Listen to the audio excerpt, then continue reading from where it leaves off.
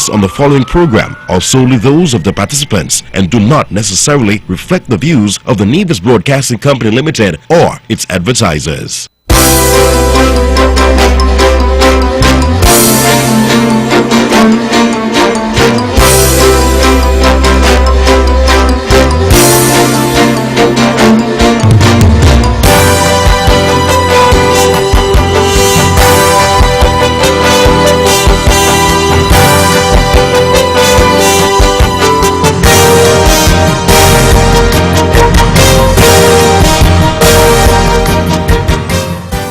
Good evening, ladies and gentlemen. Good evening to the listening public, the people here on the island of Nevis, those on our sister island of St. Kitts, those who are listening throughout the Caribbean. Good evening to our friends and family in the United States and Canada, those in the United Kingdom, and those who are listening from far other places such as Taiwan and all across the globe. Good evening to you and welcome to another edition of On the Mark. My name is Mark Brantley, Premier of Nevis, but for this purpose tonight, host of this show for the next 2 hours, God willing. We'll be here from 8 to 10, and we're here from 8 to 10 every Wednesday, bringing something that we think is of importance, something that we think is of relevance.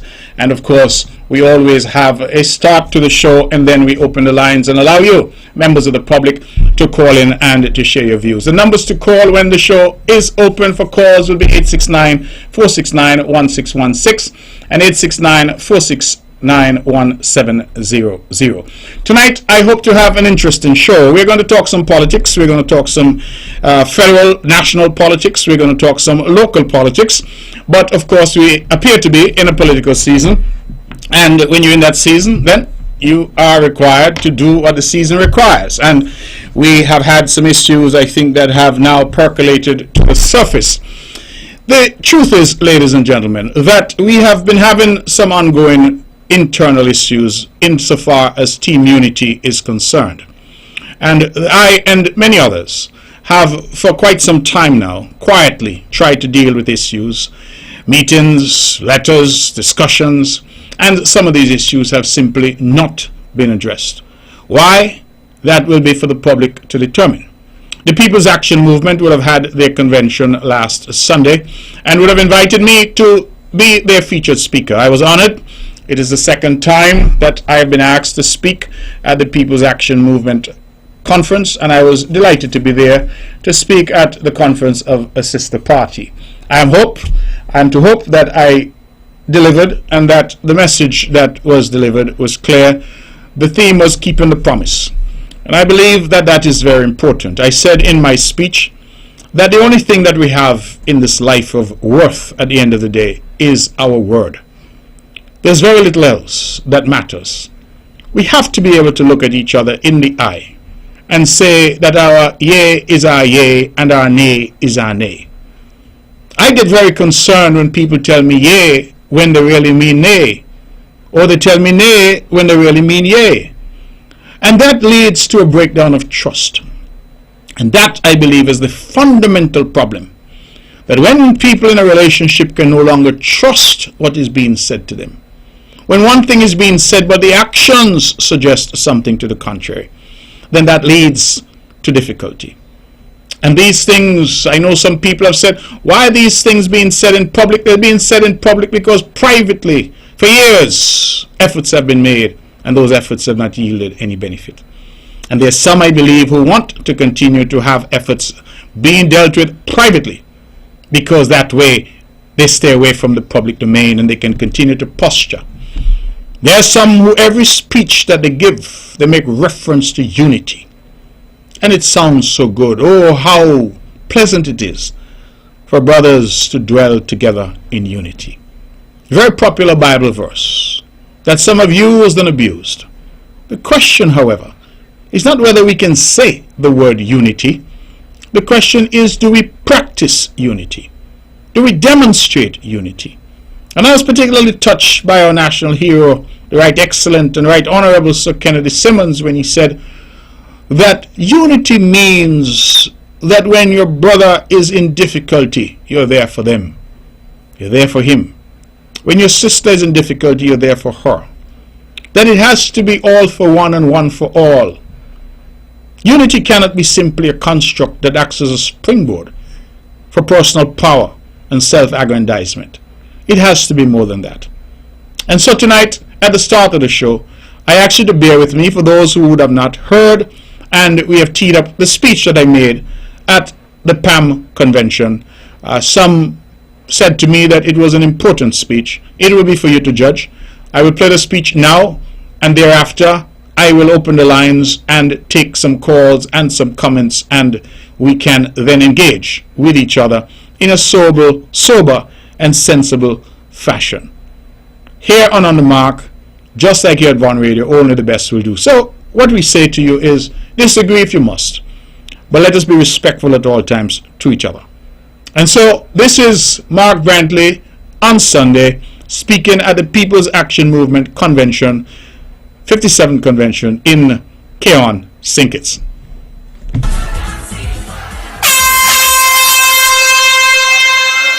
Ladies and gentlemen, members and friends of the People's Action Movement,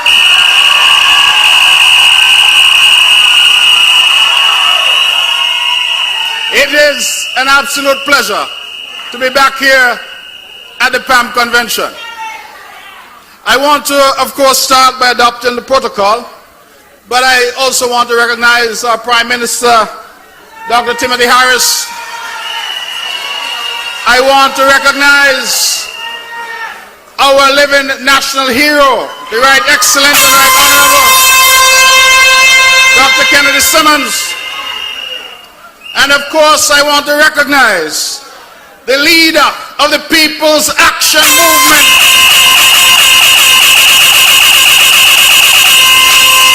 the Honorable Sean Kenneth Richards.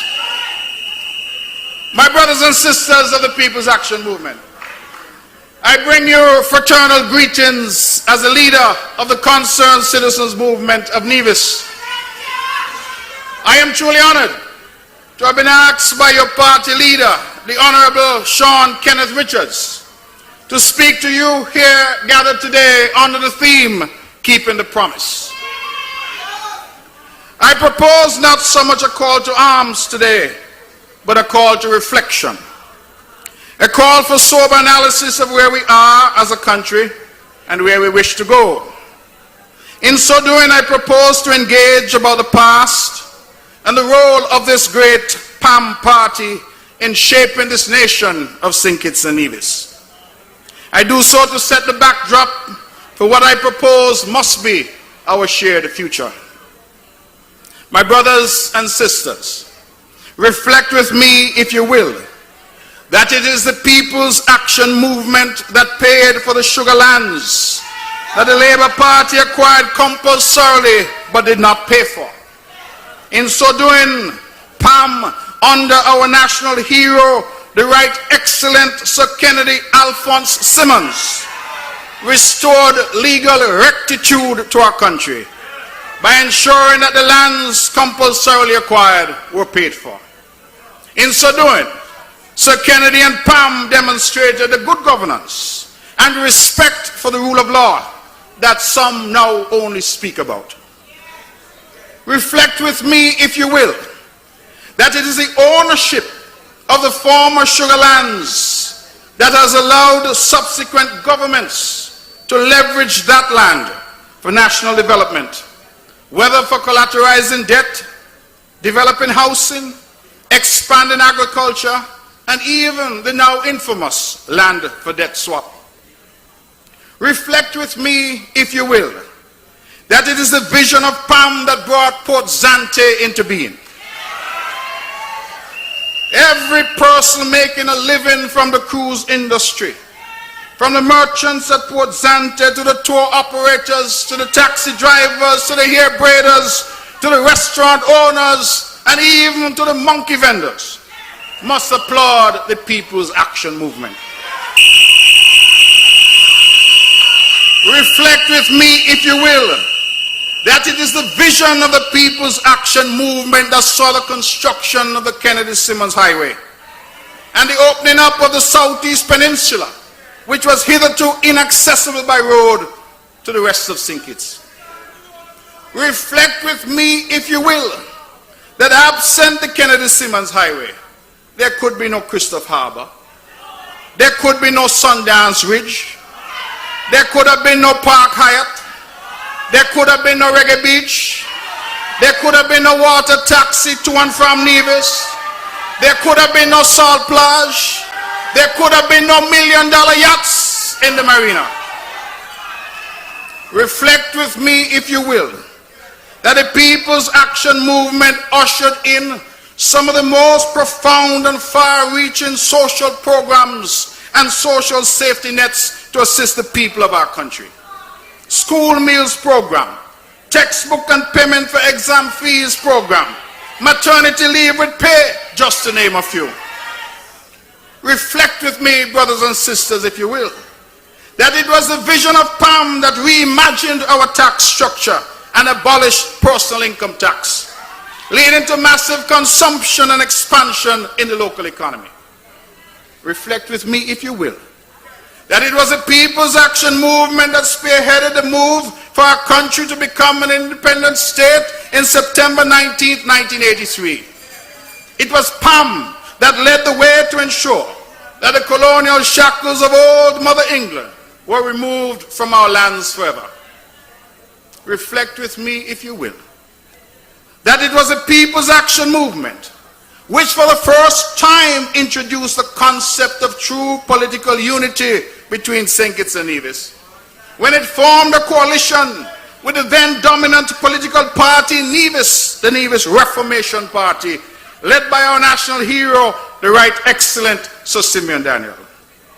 Reflect with me, if you will, that it was the People's Action Movement in 1984 that created a citizenship by investment program, which even today is the mainstay of the St. Kitts Nevis economy, and which has been copied in countries near and far across the world.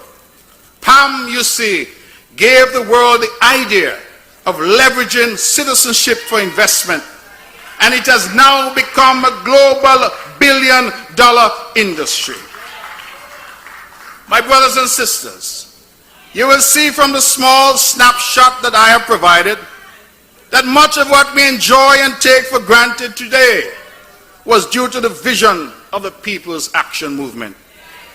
I say to you today without fear of contradiction that the architecture for the modern state of St. Christopher and Nevis was laid by the People's Action Movement. In that regard, we can clearly see that PAM, throughout its political history, has been true to its commitment to the people of our beloved country. PAM, throughout its political history, has been singularly concerned with the development of our people and our nation. PAM, throughout its history, has been working for and on behalf of our people. PAM, throughout its history, has taken decisions that have revolutionized St. Kitts and Nevis.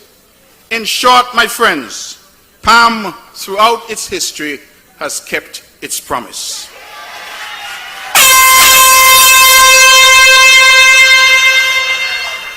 When, therefore, we today speak of keeping the promise, I believe that the People's Action Movement can stand tall and say that it has always kept its promise to the people of this great country.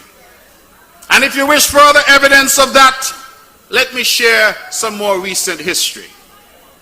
The leadership of this great PAM party now lies in the hands of the Honorable Sean Kenneth Richards. I have seen this young man from humble beginnings in Sandy Point at work, both in opposition and in government. And I say today with no fear of contradiction that Sean has kept the promise. How do I know? How do I know? I know because I have had a front row seat to the unfolding of our recent history. While there are many who now try valiantly to pass off fantasy as fact and try to rewrite our history, even as we who have lived it still are alive to tell it, I present to you today some irrefutable facts that I suggest prove my argument that Sean Kenneth Richards and the People's Action Movement are the rock upon which Team Unity now stands.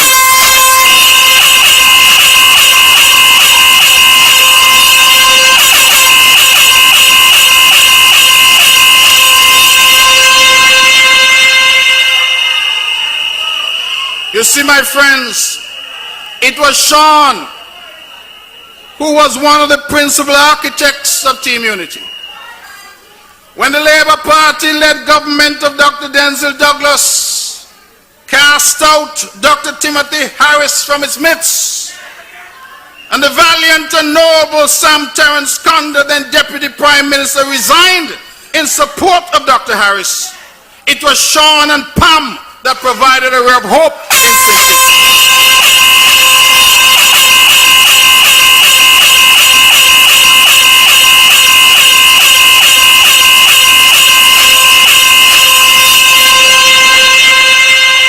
The Concerned Citizens Movement, which I am now privileged to lead in Nevis, had a long history over the decades of refusing to align with any political party in St. Kitts. It is I who had the responsibility of reimagining CCM as part of a broader national construct called Team Unity. We signed two important foundational documents for Team Unity. The Charlestown Accord was drafted by me and was signed on the courthouse steps in Charlestown before a massive crowd. I am sure some of you were in Charlestown that evening.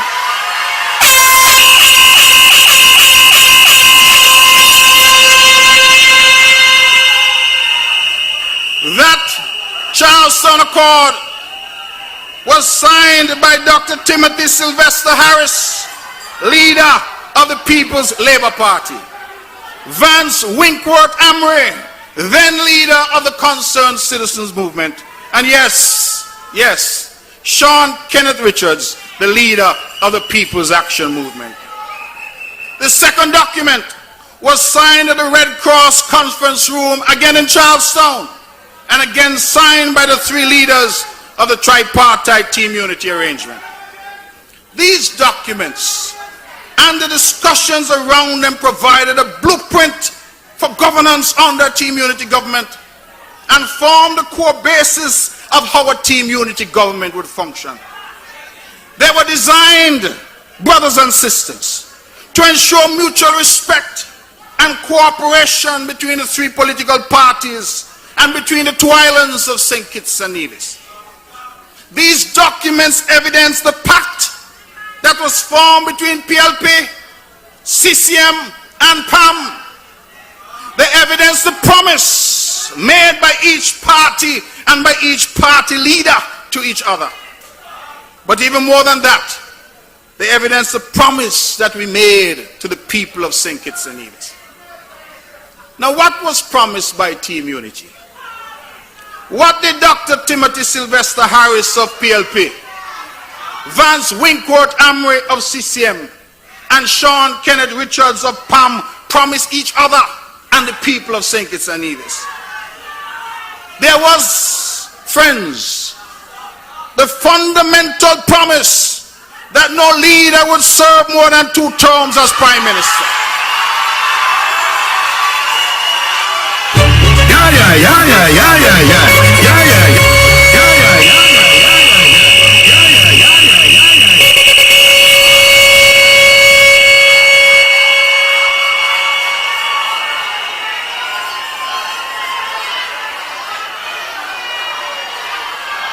Now I want you to note, Palm people, settle down, settle down. I want you to note that 2 terms was not guaranteed to any leader, but it was agreed that no leader would serve more than 2 terms. Term limits was a critical part of the architecture and the new governance paradigm introduced by Team Unity. My brothers and sisters, this was critical, you know. You know why it was critical? It was critical as we had cried out vociferously that the leader of the Labour Party, Dr. Denzil Llewellyn Douglas, had served for 20 long years as Prime Minister. That was too long, we shouted to the world. I myself reminded Dr. Douglas that it was time for him to rest himself, or as we would say in Nevis, go home, go sit down.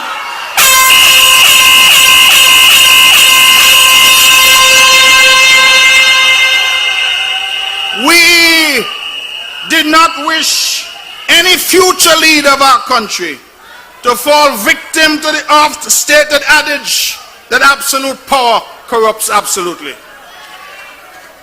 Those foundational principles and documents of team unity made the further fundamental promise that citizenship by investment monies would be shared pro rata between St. Kitts and Nevis on a population basis.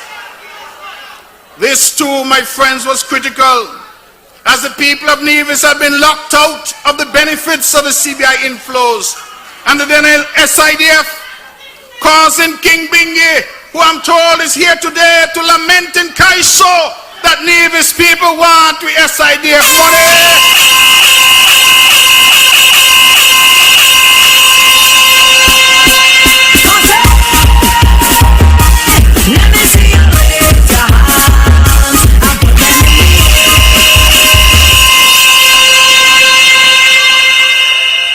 Documents made the fundamental promise of a new governance paradigm for our beloved country. A paradigm based on core principles of love, mutual respect, and a unity of effort and purpose where every man, woman, and child in St. Kitts and Nevis would be called upon to lend their efforts to national development and would reap the full fruits of their citizenship. As part of that promise to each other and to the people of St. Kitts and Nevis, we all agreed that Team Unity would be led by Dr. Timothy Sylvester Harris. All of you gathered here would remember the historic launch of Team Unity at Greenlands Park, when I was given the honor of introducing the next Prime Minister of St. Kitts and Nevis, the Honorable Dr. Timothy Sylvester Harris. In fact, if I may depart from my script for a moment, there is one supporter, he tells me, of the People's Action Movement, who every time he sees me, he says, Douglas afraid you like a monkey afraid gun. Because that was something said at Greenlands, so historic was the occasion. The elections, let us remember, came after motions of no confidence brought by me and by Sean Richards, and after court cases brought by me, which culminated in the now famous Privy Council rulings. My brothers and sisters, in those days, it was one for all and all for one. These trials and tribulations were the truest manifestation of the promise of Team Unity. Three parties working together as one. St. Kitts and Nevis finally living out its creed as one nation bound together with a common destiny. When the elections of June 2015 were over, PLP obtained 1 seat, CCM obtained 2 seats, and PAM, led by Sean Richards, obtained 4 seats.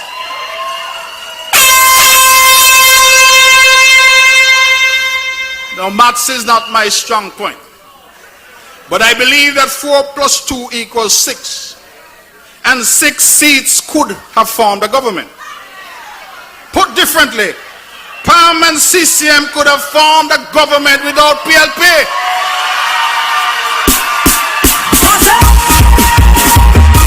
Let me see you raise your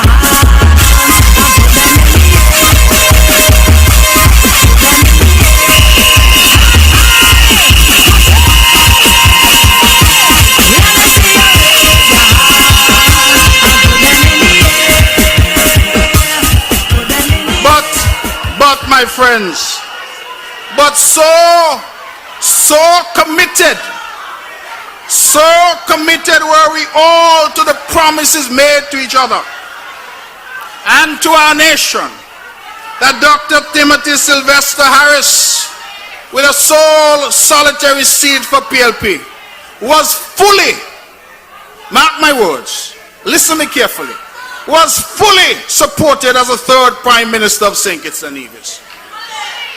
I recall a seasoned Caribbean Prime Minister asking me if we crazy, how we could give a party with one seat, the big chair. I answered him truthfully. I told him that PAM and CCM are honorable parties led by honorable leaders who always keep their promise.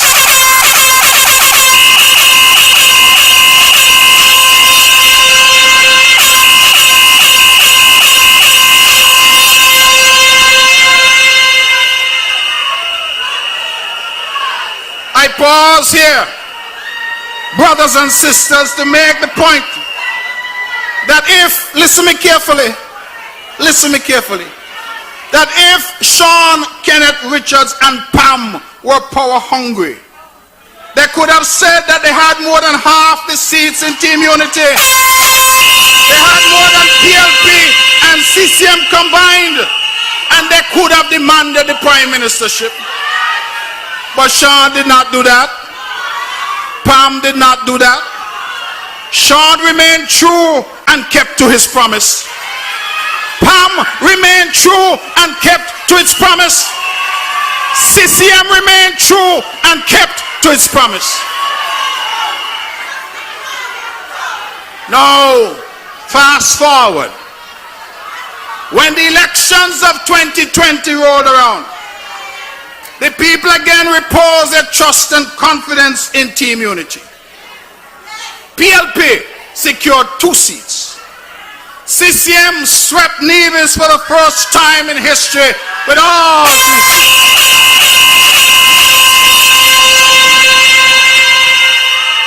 And the People's Action Movement again won 4 seats. Again, PLP had the fewest seats. Again, 4 plus 3 represented a clear majority to form a government. Again, it is clear that PAM and CCM could have formed a government without PLP. It is equally clear that PAM and PLP could have formed a government without CCM. Again, Sean Richards could have demanded and would have been supported for Prime Minister of this country. But what did Sean and Pam do? They kept to their promise, and they elevated Dr. Timothy Sylvester Harris and the PLP once again to the Prime Ministership of St. Kitts and Nevis for a second and final term.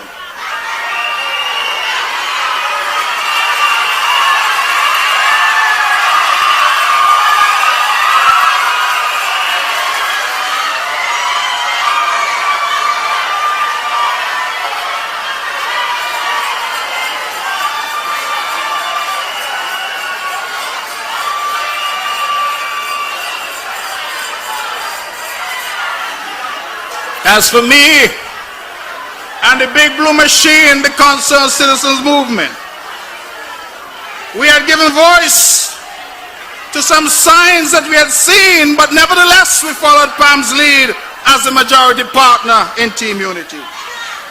I pause here again to remind all of you here gathered and all of you listening that if Sean Kenneth Richards and Pam were power hungry, they could have said they control the largest block of seats in Team Unity and therefore demanded the Prime Ministership. But Sean did not do that. Pam did not do that. Sean remained true and kept to his promise. Pam remained true and kept to its promise. You see, I state all this to make the inescapable point that Sean Kenneth Richards could not once but twice have demanded the Prime Ministership of this country. He could have done so on the obvious democratic principle that he and Pam control the largest block of elected members in the National Parliament of St. Kitts and Nevis. But this young man did not do that. He kept his promise. The People's Action Movement kept its promise. The question then, which now looms large, my friends, is will each partner in Team Unity keep the promises to each other and to our people? I can say today, and I do so with a very heavy heart, that today the promise of a population-based pro rata share of the CBI proceeds between St. Kitts and Nevis has still not been realized, despite years of agitation by me as Premier of Nevis and leader of CCM, an integral part of Team Unity. That promise to CCM and to the people of Nevis has thus far not been kept. I make the point, my Kittitian brothers and sisters, that when I come as Premier of the island of Nevis and representative in chief of the over 13,000 souls that call Nevis home, I do not come as some mendicant cap in hand. I do not come asking for help or for a favor. I come as a full citizen of this country who's entitled to claim on behalf of the people of Nevis an equitable share of the revenue flowing into Bastia from national efforts.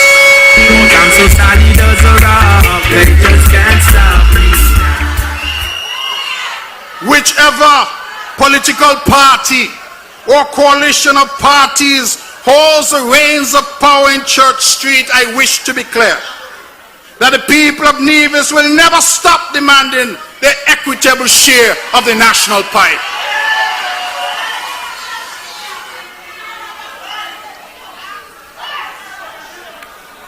My brothers and sisters, sadly, in recent years, we have seen some key members of parties in Team Unity being so emboldened that they openly attack me as leader of CCM on social media. Indeed, they have not only attacked me, but my wife and my children too. And Lord, my wife's so beautiful. Who could attack a woman like that?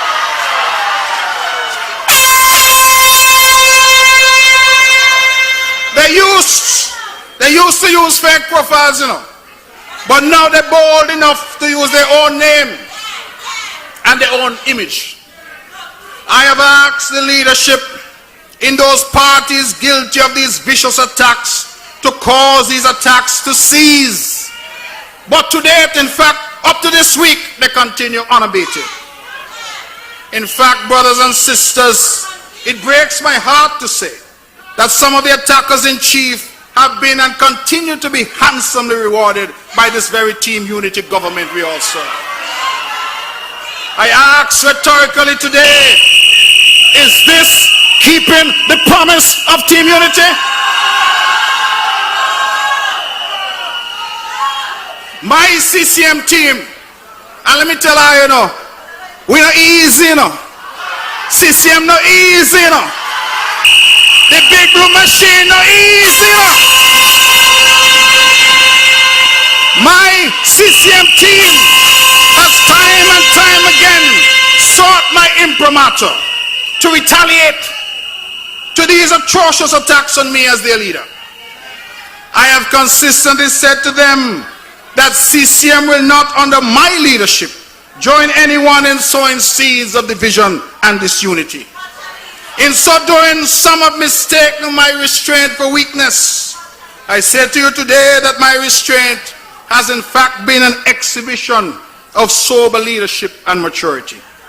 My restraint and that of my party has shown wisdom, and it will be a fatal mistake for anybody to mistake restraint for weakness. CCM strong like a lion.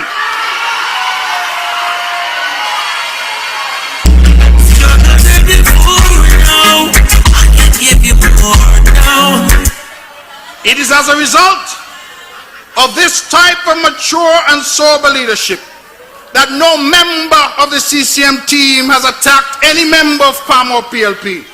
My party knows that I would never tolerate, far less encourage such as leader of CCM whilst we remain in a team unity government. You see, I lead a party that keeps its promises. I have also noticed of late that the legions of fake social media profiles have been unleashed on Sean, Kenneth Richards and Pam. Suddenly, a man with a hitherto unblemished record is being vilified with Facebook and WhatsApp messages sent viral across the entire landscape of St. Kitts Nevis and our diaspora. I ask my friends the question, is this keeping the promise? Is this what Team Unity promised our nation? Is this the togetherness and cohesion that we campaigned on and promised our people? And if it is not, then we must ask, why not? Suddenly, I am hearing in some quarters that Sean Richards, by proclaiming his ambition to be the next Prime Minister of St. Kitts and Nevis, is power hungry. But I ask you and our nation, how could a man who's held and still holds the balance of power, who could have been Prime Minister since 2015 and again in 2020, but who instead kept his promise and anointed another, be now seen as power hungry? Sean and Pam have kept their promise, and the evidence is overwhelming. So now I ask you, why is the son of Sandy Point to be vilified and attacked? Because he has called on others in Team Unity to keep their promise. Suddenly, I am hearing in some quarters that Nevis will never get a fair share from the CBI proceeds. Suddenly, I'm hearing in some quarters that Mark Brantley is greedy for demanding the fair share of CBI proceeds to which Nevis is entitled. I said to you today, with no water in my mouth, that if I am to be accused of being greedy for demanding that Team Unity keeps its promise to Nevis, then let it be known that I am not greedy for me or for personal gain. If indeed I am greedy, then let the record show that I am greedy for the people of Nevis and their advancement. Everybody with CCM.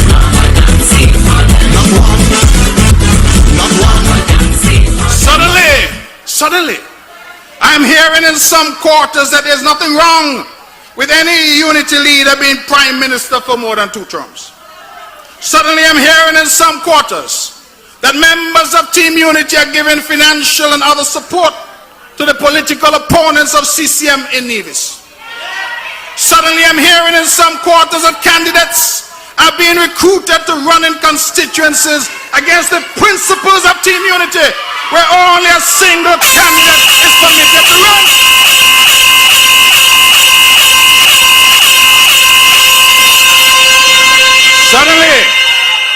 Suddenly, all of a sudden, I am hearing in some quarters of the Charleston Accord and other documents forming the very core basis of our tripartite Team Unity government are but useless pieces of paper, not enforceable in a court of law.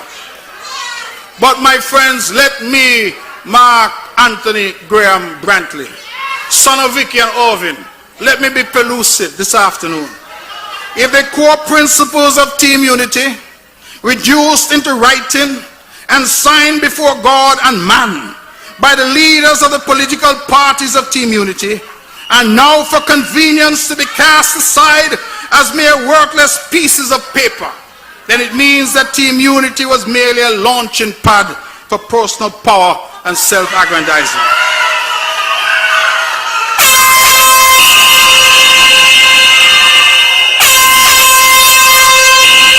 It means that Team Unity was not for the paradigm shift in governance and for the people as we proclaimed. It means that Team Unity was a mere fig leaf, an invented mechanism where some members never truly believed or committed themselves to the ideals espoused. I certainly pray that this is not so. For my part, and I want you to listen to me carefully. For my part, I have said and continue to say that Team Unity represents the last best chance for our nation. I have said and continue to say that unity represents the most revolutionary political idea that our nation has seen in its modern history. The lofty ideals that we espouse and that capture the imagination, the hopes, dreams, and aspirations of our people must not now be abandoned. The tremendous strides made in our country under Team Unity must not now be squandered. If Team Unity is to mean anything, my brothers and sisters, it must demonstrate that each and every constituent element of the team is committed to keeping the promise. PLP and its leadership must keep the promise. PAM and its leadership must keep the promise. CCM and its leadership must keep the promise. For if we can't keep promises made to each other before God and man, then how can we be trusted to keep our promise to the people of St. Kitts and Nevis? In this life, we have absolutely nothing of value except our word. We have nothing if we do not have integrity. The promise of Team Unity was to raise the political consciousness of our people to such an extent that politics and politicians were given a new and better reputation. The promise of Team Unity was to create a new St. Kitts and Nevis based on principles of brotherhood, mutual respect, and love for each other and our country. The promise of Team Unity was that every little boy and girl, whether from Crab Hill in Sandy Point or Box Hill in Nevis, could look upon us and say in whispered breath that we remain true to each other and to our promise to the people of St. Kitts and Nevis. The question then, brothers and sisters, is whether the promise of Team Unity can yet be kept. And I say, yes, it can. For me, you see, hope springs eternal. And I believe that we are still capable of keeping our promise to each other and to our people. It is a hope for a better tomorrow for St. Kitts and Nevis that brought PLP, PAM, and CCM together as Team Unity. It is the memory of that hope and a return to first principles that must now propel us forward in keeping the promise to our beloved people. There is, my friends, no I in team and no me in unity. Unity has no maximum leader, no 10 man in one, and no top dog. Team Unity has never been about any one man or any one party. Unity is about all of us. Unity is about our people. Unity is about our aspiration to be better and to do better. I wish to state here today and to publicly proclaim that the Concerned Citizens Movement remains fully committed to Team Unity and to the principles enshrined in the various documents and discussions setting out the foundational charter of this great political construct. I wish to make it clear that CCM is not committed to some of the core principles, but CCM is committed to all of the core principles. The country must see and feel the paradigm shift in governance, greater transparency, greater inclusivity, greater consultation, and greater accountability as we promised. Our supporters must be told to cease and desist from their destructive rhetoric towards each other, and love and peace must reign between us as we promised. Nevis must get its equitable share of CBI proceeds and other national assets as we promised. And of course, no leader must be allowed to serve more than 2 terms as Prime Minister as we promised. You see, my friends, if we are honorable men and women in unity, if we are honorable leaders in unity, if our word is our bond in unity, if we keep our promises in unity, then I assure you that our team unity, the greatest political idea in our modern political history, will last forever. But if we merely use unity for convenience and to gain personal political power, and never had any intention of keeping our promises either to each other or to the people of St. Kitts and Nevis, then unity cannot and will not survive. It is really that simple choice that we must make. Shall we be honorable and keep our promise, or shall we be dishonorable and break our promise? One road leads to a glorious future.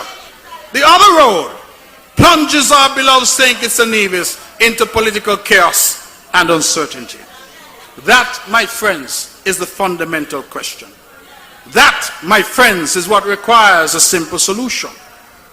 I said to you in closing that this CCM party that I'm privileged to lead will win all the federal seats in Nevis when the time comes. 9, 10, and 11. I tell I already, I'm going to tell I again. Start count from 9. Miss Gray, no disrespect to you, but counting don't start at 1. Counting start at 9. 9, 10,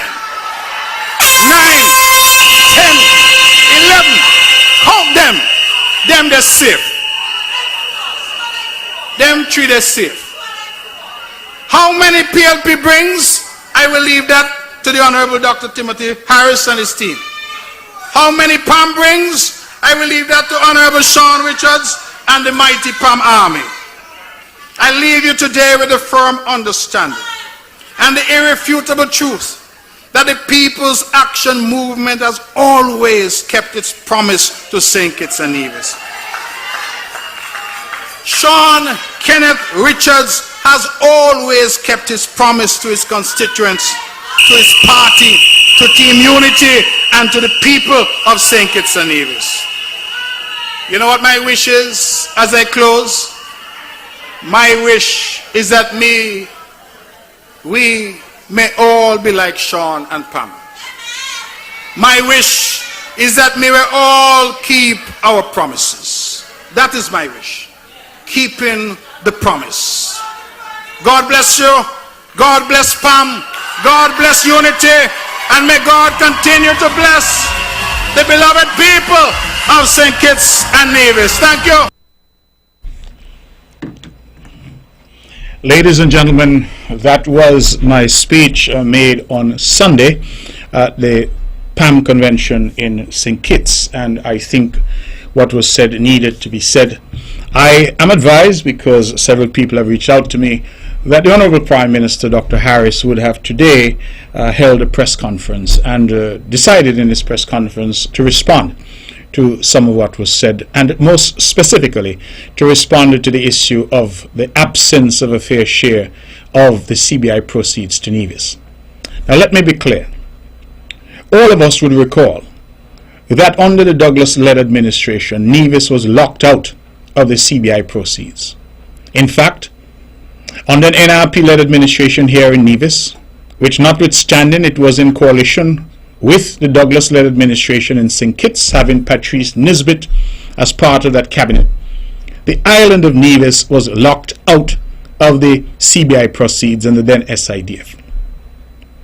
It is known that the island of Nevis got nothing, and even when we got something, it was given to us by way of loan. The Concerned Citizens Movement campaigned that that could not continue. And it was on that basis that when we sat down to discuss Team Unity, when we sat with the 3 parties, PAM, PLP, and CCM, that I was tasked to draft a document. That document then became known as the Charleston Accord, which in part set out what we expected going forward and what was agreed to. That document was signed on the courthouse steps in Charlestown in front of a massive crowd. It was signed by Timothy Harris on behalf of PLP, Sean Richards on behalf of PAM, and Vance Amry, who was then the leader of CCM, on behalf of CCM. And what did that document say in relation to CBI? It said that the CBI money would be shared on a pro rata population basis. Now those may sound like big words, but let me break it down. It will be shared based on the population of both islands. Now, from the last census that we would have done 10 years ago, it is clear that the island of St. Kitts has roughly 70%, let's use round numbers, of the population, and that the island of Nevis has 30% of the population. It therefore means, simply put, that if the net proceeds of CBI was $100, then St. Kitts would get $70, Nevis would get $30. Very easy, very simple. That was the agreement. We got into government in 2015, and the people of Nevis would have been persuaded, as the people of the Federation, that this unity construct would usher in a new paradigm. Since the time when we got into government in 2015 at the federal level, Nevis has received some proceeds from the Citizenship by Investment program. That is not the issue. The issue has been and continues to be, is Nevis receiving its fair share? And I'm not understanding what is so difficult about that to comprehend. If the agreement was that Nevis would get a pro rata share, and if we agree that that is 30%, then what is the difficulty of whoever sits in the chair of the Prime Minister saying this was the agreement, and to honor that agreement? Instead of that, Nevis started to get $2 million a month. Then it increased to $3.75 million a month.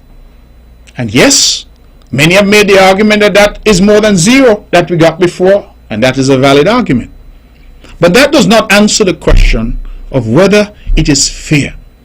And we promised fairness. We promised fairness. So we keep getting this argument being advanced by some, that Nevis got this slice of the pie. They love to count up how much money Nevis get.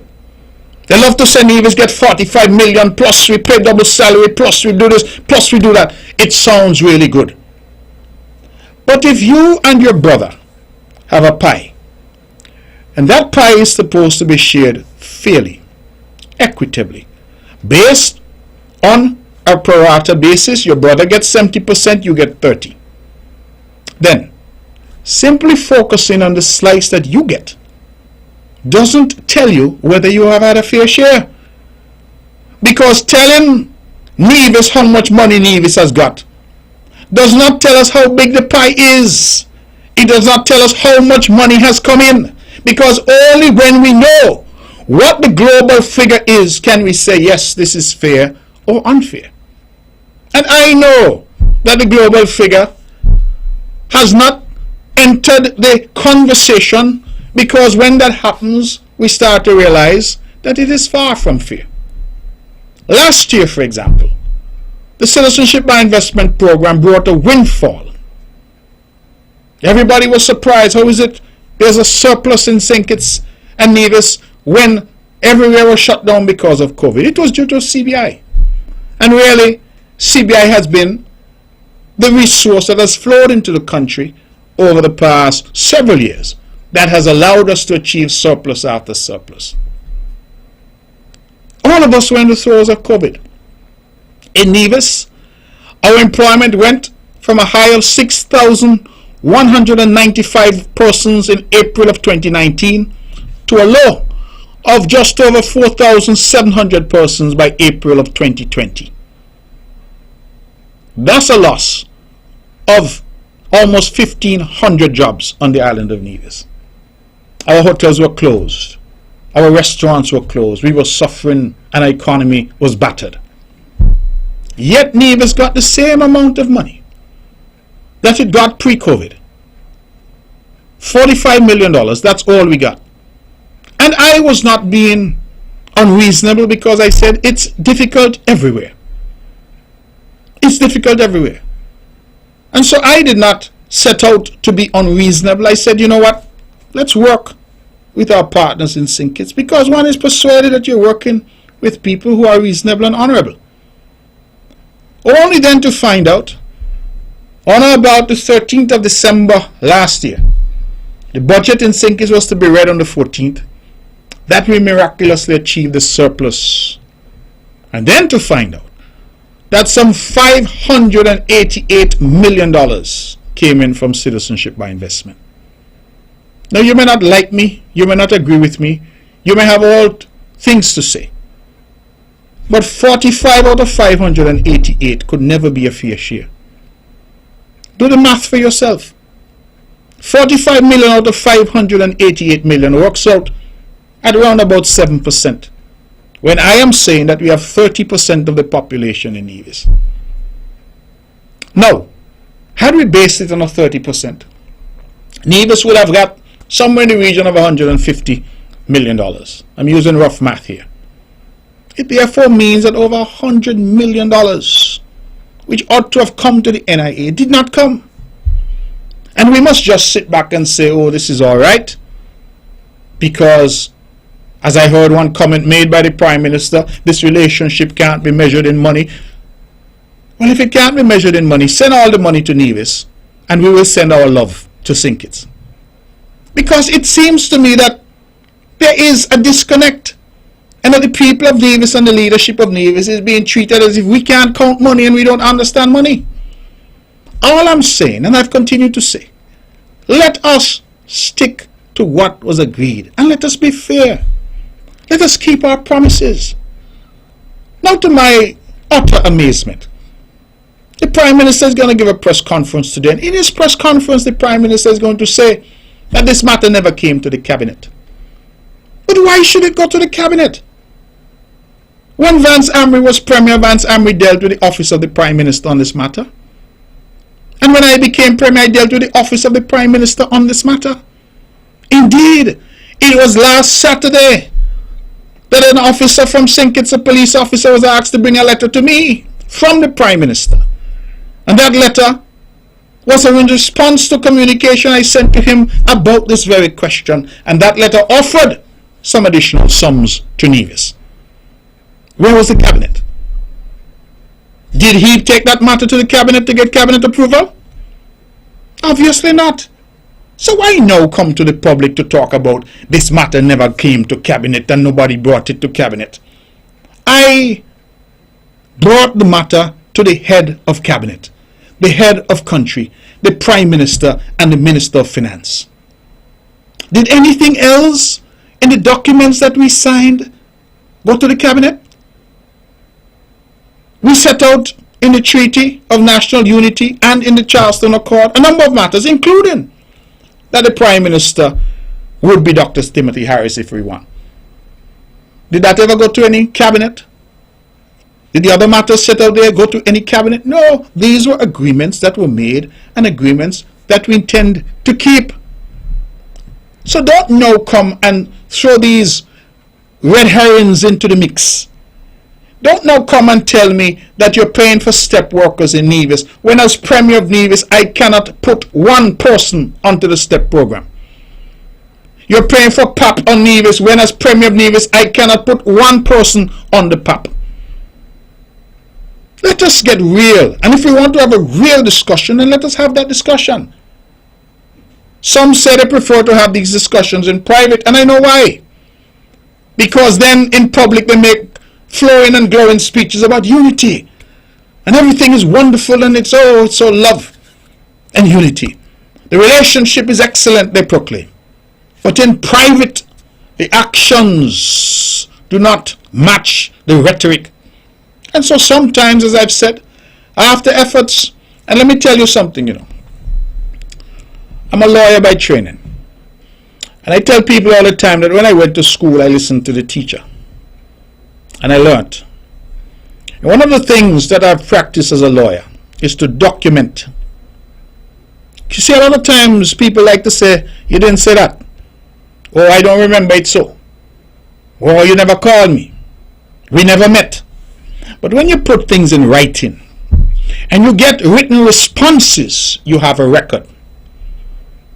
And if necessary, I will make that record public to demonstrate that far from this new allegation that matters didn't come to cabinet. I don't know what that means. There have been a series of communication. Going back, I believe it was to early 2018, I became Premier in 2017. Between the Premier, Mark Brantley, and the Prime Minister, Timothy Harris, on this issue. A series of communication. Letters, PM, I'm reminding you about this matter. Response, oh, Finance is looking at it and putting a committee together. The report is almost finished. We're going to come back to you. And these sums that Nevis has received, let me be clear, $3.75 million a month. That was an interim payment. Let me say it again. That was an interim payment. The reason why the word interim was used is because it was paid pending this review, so that we could get to what was promised. And I understand the program has expenses. I understand that those have to be taken out. But I have said, give Nevis the share that was agreed and allow Nevis to deal with whatever Nevis has to deal with. We have step workers, we will deal with that. We have PAP, we will deal with that. We have our young people going to UE, we will deal with that. We will deal with what we need to deal with, because we're not shirking our responsibility as a government. But don't make noise and say that you're paying for this and you're paying for that, as if that is a justification for not giving Nevis their fair share. What I want to hear is for the Prime Minister to stand up and say, $100 million came in Nevis and you got your 30. Hush your mouth, because you got your 30, that was what was agreed. Up to now, nobody has said that. You know why? Because they can't say that. They can't say that.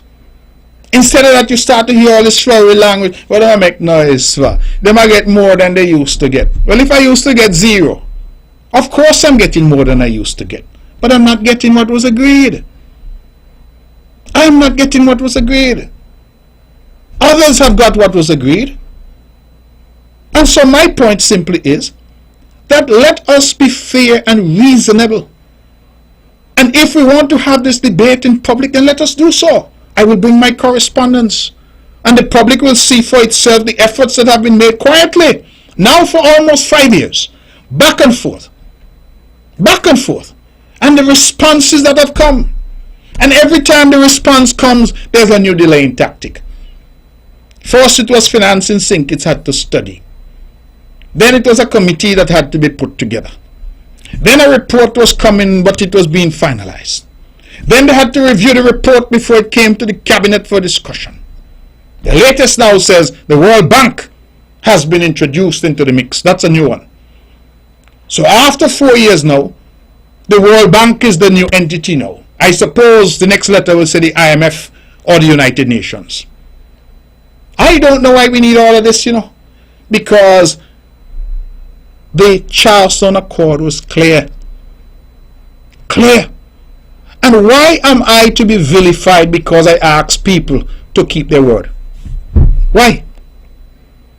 That is really what this PAM thing was all about, keeping the promise.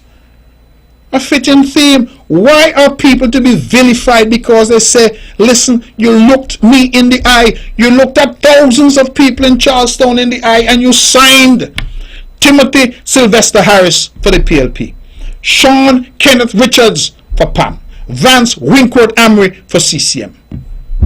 Now all of a sudden, the goalposts start to shift. But you see, and let me be straight, because I am not going to pretend, there's a feeling in some quarters that Nevis should not get a fair share. There's a feeling in some quarters that that is too much money for Nevis. So whilst on our sister island of St. Kitts, we hear surplus after surplus. We hear hundreds of millions, if not billions of dollars in the bank. We hear money being used over there to buy back lands from the land for debt swap. We hear debt being retired in St. Kitts. All from citizenship by investment. In Nevis, the government here is constantly living on the edge. having to try to grow the local economy, having to make do, having to constantly go to our bankers to say, can we borrow, can we increase our overdraft to make sure that our public servants are paid. We are forced to exist principally on what our local economy generates. St. Kitts is not forced to do that. St. Kitts has its local economy, but St. Kitts has hundreds of millions of dollars that pour into Bastia from the citizenship by investment. A negotiation of our shared asset, the passport. And so we are saying, this was a matter that caused upset, hurt, and consternation. It was a matter that the CCM stood up for, said was not right prior to unity. It was one of the principal issues why we entered unity. And I drafted the Charleston Accord, which reflected the agreement made. So why now is there so much resistance to honoring that agreement? Why?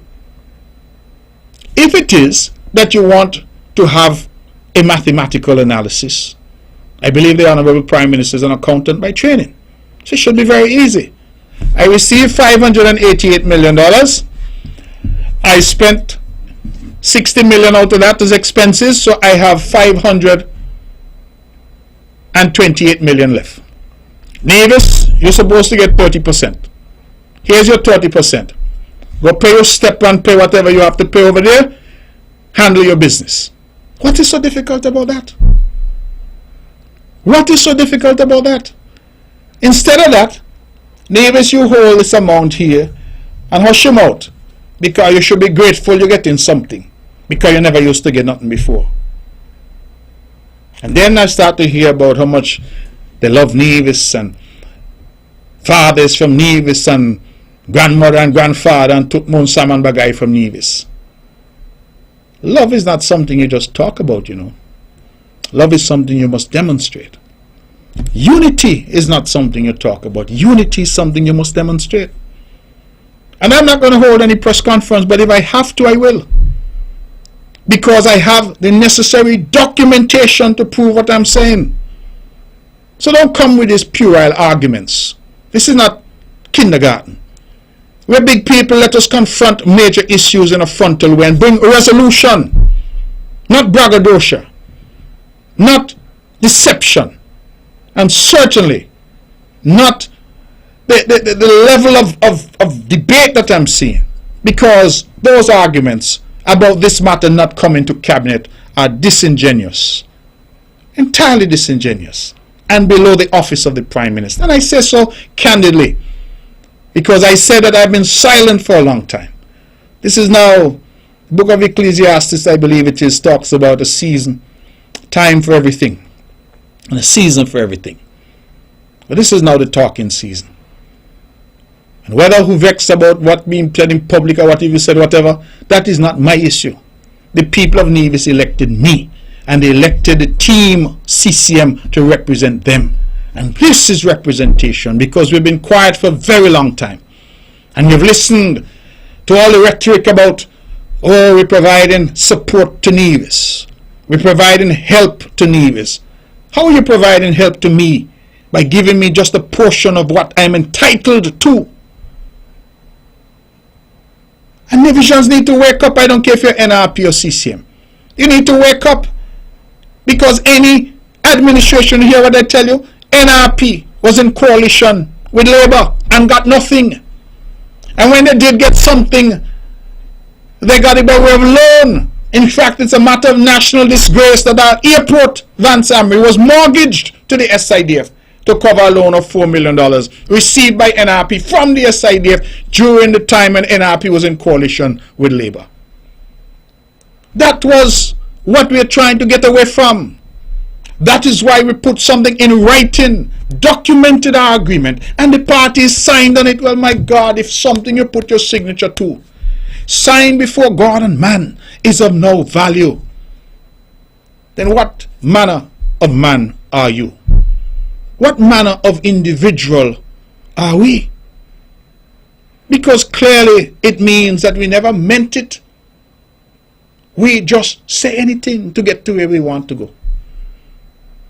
And I can't be party to that, because for me, my word is my bond. And if I say something to somebody and I have to change my mind because I can't make it, I will go back to them and try to explain I can't do what I said I was going to do because of these reasons. But don't play people for fools. And I don't think that we should treat our people in this way. That is why, politicians have sometimes such a bad name. People say they can't trust us. We lie a lot. This is demonstrative of that type of posture. That when people sit down, come to a decision, recognize there's a problem, come to a solution, went so far, say we're not going to just talk about it, we're going to put it in writing. And now by God you say, oh, nothing must come to cabinet, nobody bring nothing. Why do you need to bring it to cabinet when you've already committed to it in writing? And where was the cabinet for the last 7 years when these matters were dealt with between the Prime Minister and the Premier? Now, suddenly, these red herrings are being introduced. Entirely disingenuous. And I just think that we need to move beyond all of this nonsense chatter and settle down. And as far as I'm concerned, as the Premier of Nevis, I am saying, I said it at the PAM convention, I'm saying it here now on the mark, and I'm going to say it wherever I go, in and out of cabinet. Nevis demands its fair share of the resources. Note I didn't say an equal share, because I think it's 3 times our size, we can't expect an equal share. But we demand a fair share. And if there's any division out there who doesn't understand that, and that division leaders must stand up, then I regret you're not ready yet for leadership. Somebody said that Vance Amory would have dealt with this in a quiet way. Perhaps they're right. But the last I checked my birth certificate, it said Mark Brantley. I say that simply to say that I am not Vance Amory.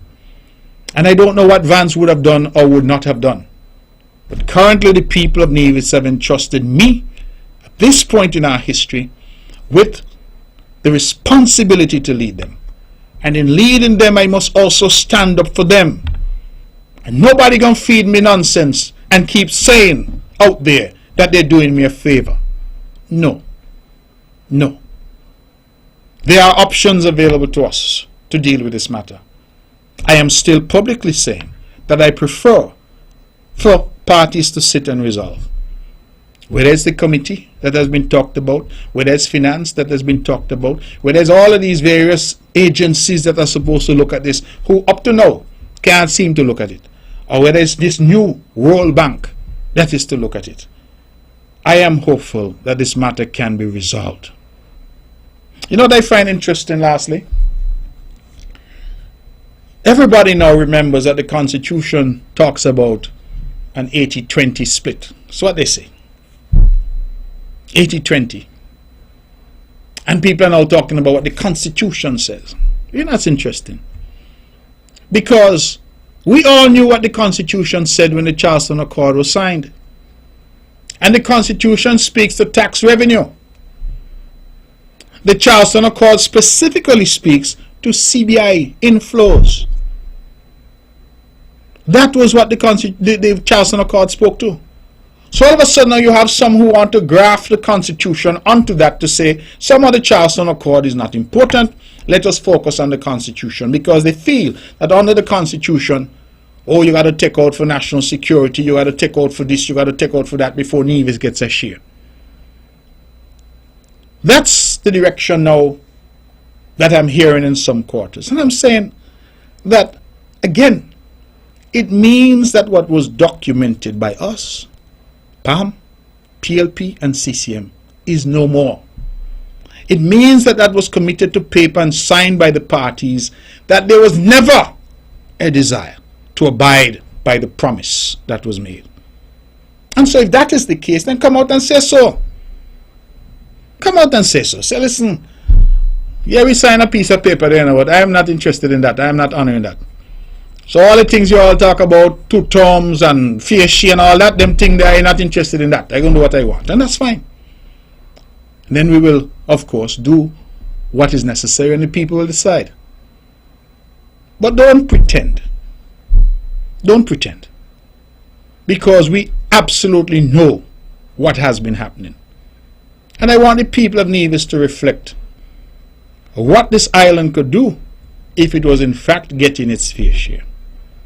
What instead of 45 million, we got 150 million. What we could do. Our debt situation could be addressed. Our infrastructure could be addressed. Hospital expansion, all the projects that we embarked upon could be addressed. And why then are we, the 13,000 people who live on this part of the country, to be deprived? And I say that to my brothers and sisters in St. Kitts as well. Because some of them seem to have been misled to this view that Nevis should be grateful for crumbs. And I'm saying no. No. As brothers, we sit at the same table. As sisters, we sit at the same table. And we eat from the same pie. Your slice might be bigger than mine, but we eat from the same pie. Not you eating and when the crumbs fall, you throw them and say, Nevis, take that. And then have the audacity to say to Nevisians, you should be grateful because you never used to get nothing. Not even crumbs you used to get. So if you get crumbs now, you make nice for. And if it is I'm wrong, then history will judge me. And history will say that I'm wrong. But I believe so long as I have breath and so long as the people of Nevis have reposed their trust and confidence in me that I shall stand up for Nevis. I did so when I was in opposition, and you can be sure that I will do so in government. It is regrettable that all of these matters have come to the public domain. But when you have tried everything privately, sometimes the world needs to know what in fact is going on. It is 18 minutes past the hour 9 o'clock. I'm going to open the lines now. I don't propose to say much more because perhaps persons may want to be a part of the show. 869-469-1616, 869-469-1700. Those are the numbers to call. Let's go straight to the phones. Good evening, you're on the mark. Mark Brantley, good evening. This is Carlton DuPont. How are you, Mr. DuPont? Fine. I had no intention to call in tonight, but I am quietly listening to you, and you sparked me to call. First of all, I want to thank you for that stunning address that you made on Sunday. Sorry I could not attend because I'm not going anywhere once Timothy Harris is there. Mark Brantley, I want the people in Nevis to understand that I, Carlton, Elroy, Emmanuel, Rastafari without Lux DuPont, I am your all representative down here. And tomorrow, I will be answering the Prime Minister for Nevis. Just relax. You just relax. I'm going to deal with trust. I'm going to deal with confidence. I'm going to deal with dishonesty. And let me tell the people in this country what I realize about Dr. Harris. He is very skillful in spinning. I believe he could be chain one with Googlies and Chinamans. The Prime Minister is no good anymore for this country as leader. He's an imposter. He acts that way. And listen to this. See what I don't like about the Prime Minister? I was sleeping this afternoon. And when I woke up, I decided to take a little drive. So I go down in my vehicle and I just push on the radio. It was on Juni's station. So I captured the whatever he had. It was done to pull a big crowd because he's Prime Minister for his convention, so it could be bigger than Palm 1. Because he's a brilliant speaker, and he's very intellectual, and he could explain things good. You know what the Prime Minister get me mad with today? I don't know what's the problem with people. People say, look how Nevis get a lot more, and he's much better than before. That is not the argument. The argument is simple. Is you make me call back Brantley. You. The argument is give Nevision what belongs to them. But you know what? The Prime Minister has surrounded himself with a certain amount of people who don't have no love for the people of Nevis except to use them when an election comes. Mark, you know why I ain't going to take up no more time? I'm going to spend 2 hours tomorrow answering the Prime Minister and what I hear him say and 1 minute hear him say. So give somebody else a chance. Okay, thank you very much, Mr. DuPont. Thank you for your call. And of course, you have a show that I'm told is widely listened to here in Nevis. And so I wish you all the best and continued blessings from the Father above. We can continue to take your calls at 869-469-1616 and 869-469-1700. Those are the numbers if you want to be a part of this show and you want to opine on this or any other matter. We are taking your calls on those numbers. So, ladies and gentlemen, there's some issues that we are seeking to address, some issues that we are dealing with, and we are hopeful still. I believe that in my address at the PAM convention, I made it very clear that the Concerned Citizens Movement still remains committed to unity. Because unity for us was never really about Timothy Harris, Sean Richards, Van Samry, Mark Brantley. Unity was always about the people. Unity was really an idea as to how we can do better, how we can involve the people of Nevis and the people of St. Kitts and put all of them to work in nation building. That is really what unity is about. Let me go back to the phones. Good evening, you're on the mark. Hello? Yes, good evening, Mr. Bradley. Good evening to you. Yes, asking, did you listen to the press conference? No, I did not. I don't think so either, because based on what you were talking about the cabinet, it was a question posed to the Prime Minister, asking him if he ever brought the matter to the cabinet, and he said no. You have written to him several times. Caller, you keep breaking up, caller. Hello? I said right? Yes. You said it was a question. There was a question that was asked of him. Yes. If you ever brought the matter to cabinet. Yes. And he said no. Yes. You has never brought the matter to cabinet. But he said that you would have written to him. And I think several times. I think he used the word several times. But it wasn't just he say bring it up and say that you ain't bring the matter to whether cabinet. He brought it up or not, the answer should have been that the dealings between the parties has never been dependent on anything or cabinet. No, but Mr. What do you mean, no? If you ask a question, yes. If you ask a specific question, and you don't think that the answer should be a specific one? Yes, but even if you say the matter has never been brought to cabinet, caller. If even you say the matter has never been brought to cabinet, if you left it there, one might go away with the impression that it is a matter for the cabinet. No? Maybe not. I see. But you shouldn't leave it for maybe not. You should be clear. Yeah, but you shouldn't elaborate on something to that you didn't really hear. No, I heard that clip. You asked me if I listened to the press conference. I did not listen to the press conference. So then you only heard one part of it then? No, I heard the bit about the cabinet. And if you're saying that the Prime Minister did not say that, or he made it clear that it is not a cabinet matter, then I will retract. No, he didn't. No, but when you're saying it, how you spoke on it a while ago, yes, and elaborate on it, it's coming off from you that he just bring up the matter about he not bring if he think that it was something he think he not bring it to cabinet, and it wasn't so. I'm trying to say that it wasn't so. Okay, so caller, you're saying that the reporter asked was the matter ever brought to cabinet? Okay. And the answer was that it has never come to the cabinet. No, right. Yes. And but then he went on to also say that you would have written to him. I see. Okay, caller. Well, thank you very much for that. Yes, you have something further? No, but just before you go, yes. But what I'm saying too, right? Both, to me, the entire cabinet, all of you, to me, are just creating confusion. We are, you say?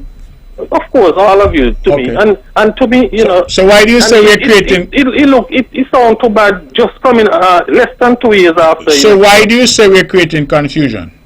Because everybody, it appears to me like everybody is listening to them say and he say.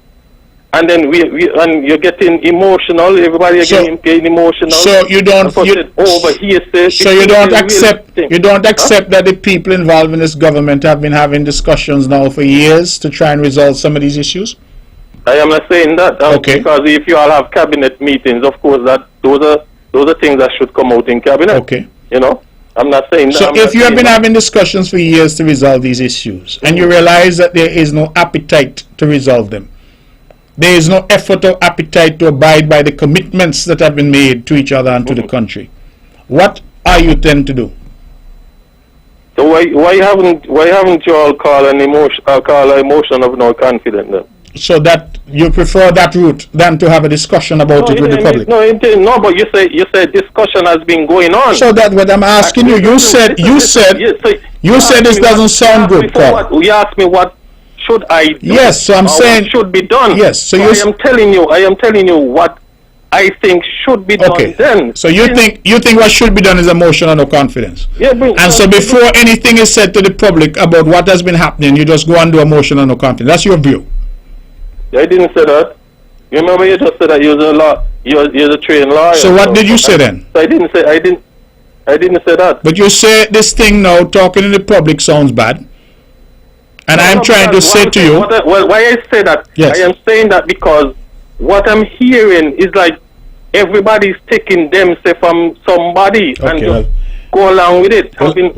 Letting the emotion flies. Well, Carl, I don't know about any them say because I have spoken plainly. I don't believe that what I have said can be misinterpreted. And I have my facts to support what it is I am saying. So I don't know where the them say come from. Everybody gonna say they got the facts. Well, then, if they have them, let them bring them. Right? Everybody is gonna say that they have. I said if they have them, caller. Go ahead. If they have them, let them bring them. Wouldn't you agree? Right. But what I'm saying though, I am saying though, right? What are you saying? It doesn't. It's not fair to the people who would have voted for you all because the people, to me right now, is being ignored. Well, get left behind. I don't know that the people. While it appears to me like everybody in there trying to get the individual worth. Well, I don't know about any individual worth because my issue that I have championed is one, that we maintain and keep the commitments to each other and to the country. Of course, that's right. Be done. Yes. Two, that Nevis gets what was promised to Nevis, and that is why the people of Nevis voted for me. So I don't know that I'm abandoning the people because I'm not asking for anything for me. There's nothing that I'm interested in for me. I'm asking that the people of Nevis.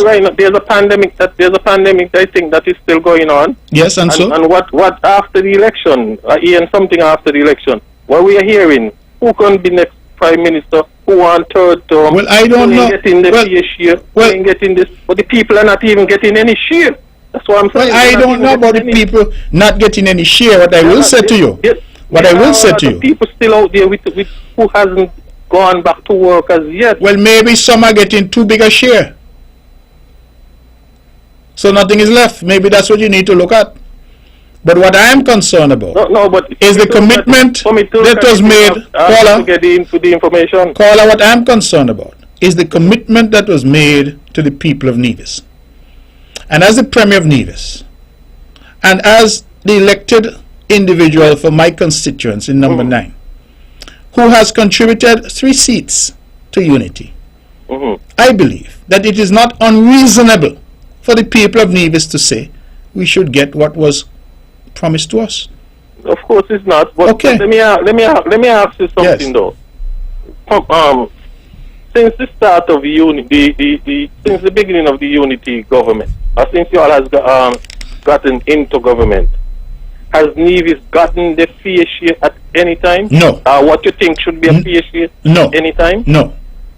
Okay then, but then I could recall hearing you say that this is the best Nevis has been treated, and thank God for unity. Well, caller, if you used to get nothing and you're getting something now, it must be best. No. I don't know. Well, what do you mean? No. But this is the problem. But I have always been clear, caller. You can't just use part of my statement. I have always been clear. But that is what your politicians do. No, caller. Don't tell me what politicians do. You are saying, caller, you're saying that I said something. So let me be clear what I have said, because what I have said is factual. If you got nothing before and you're now getting something, then it is eminently reasonable to say that this is the best that you have been able to do thus far. I always, however, go on to say, however, there is work to be done because we're not where we ought to be. Yeah, but you never used to use the word fair share. Only in recent time you start with the word fair share. But Kuala, I don't understand what you mean. I never used to use the word fair share. So there's some magic about fair share. You prefer equitable share? But listen what you just say. Yes. You just say, you used to say this is the best, yes, but it's not art where it should be. Well, absolutely. But now, so then you say, so you're telling me now and other people who are listening that you in that time you used to use those words in place of fair share. So what is the magic of the words? You don't understand? You need a specific form of words to get the message? No, but there's a change in words. Okay. So that's why I'm asking. So if I say that Nevis is... Why you didn't use the term fair share from the outset, so, instead of using those words? Paul, I'm not understanding what you're saying, really, because... Okay. I'm not as bright as you. Well, no, maybe you're brighter than me. That's why I can't understand you. No. Right? Because you're telling me if I didn't use fair share, then something you can't... The message is different. I don't understand. But because each word probably will give off a different ringtone to people. Okay, well, I don't know who people you give a ringtone to, but the people who... Everybody, you give off a different... No, the people who speak... Message to anybody. I think the people who speak English would understand very clearly okay, so what it is I've been saying. I guess I don't speak English. No, maybe you speak it better than all of us, so you have a different understanding. Maybe I speak Mandarin. Maybe I'm speaking Mandarin. But my point is simply this, that whether the words fair share were used or not used, the sentiment, and I will express the same thing today. If I got nothing before and I'm getting something now, obviously I am far better off than I was. Of course. But that does not mean that the promise to Nevis has been kept. Well, you should. What I am saying, Mr. Brantley. Yes. That should have been said from the out. Should have been said to people from the outset. Not now. But Paula, then you clearly have not been paying attention. Huh? You have not been paying attention. You have not been listening to me. You probably have been listening to... You have been listening to clips. You haven't been using those same words. Well, all right. You're talking about same words. I don't know that I use the same words every day for anything. That's why you have vocabulary. You use different words. Same words every day for right? Anything, Mr. Brantley. So I don't accept that you must use the same words so that people can get the message. Okay? The message, I believe, is clear. That at no point... But the message hasn't been the same from the outset. Okay, well, caller, that is your view. I don't accept that view because I have been the one who has been speaking, and I believe I've been very, very clear. Right? Yeah, you might have known it, but you didn't express that same sentiment to people. Caller, as I said, that might be your view. That is certainly not my view, and I don't believe that view is shared by the people out there. We will open the lines and continue to take calls, so we will see if anybody else is unclear, as you seem to be. All right?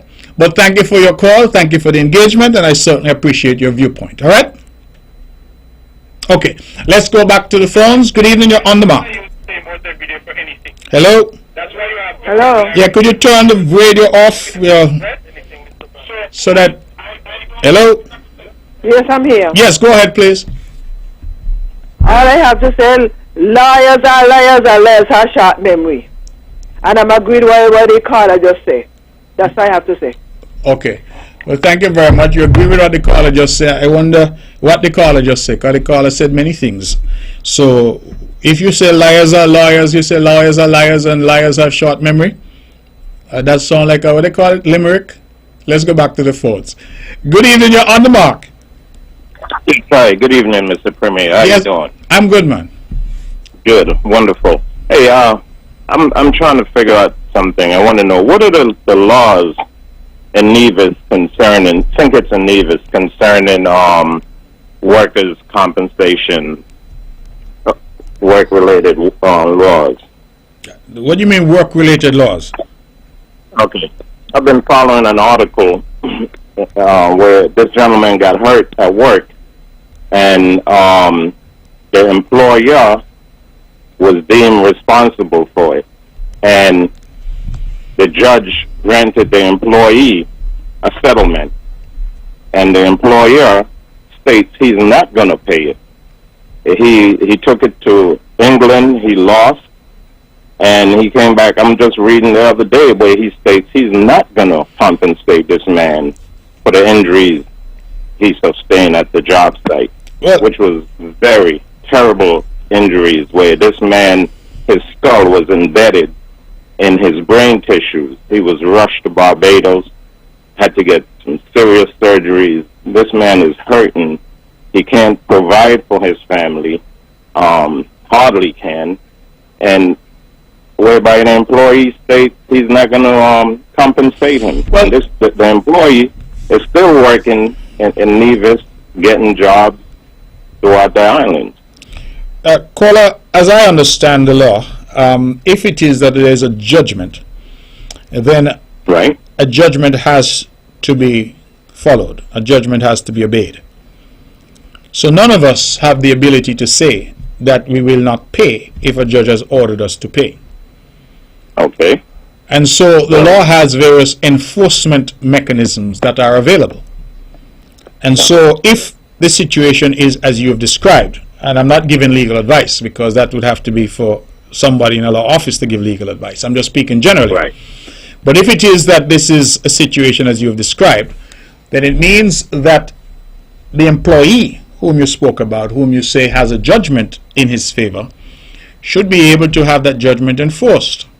Enforcement can take a number of different forms. Enforcement can be, for example, in its most draconian form, the person who is refusing to pay can be committed to prison for contempt of court. But the person who has the benefit of the judgment has to have his or her lawyers take the necessary enforcement proceedings.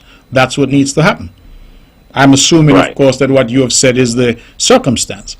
But once there's a judgment, if the judge said pay $10,000 and the person decides I'm not going to pay, then the next step is to have that judgment enforced. It could be, for example, that if the person has property, that you go after their property. If the person is there and out there, you could go after them to say, well, okay, you want them committed to prison until they pay. All of these are matters. People go to debtors' jail here every day because they don't pay. They don't pay the judgment, and so the magistrate commits them to prison until they pay. So I don't understand. This is really a legal matter and really for the lawyers to resolve. Oh, okay.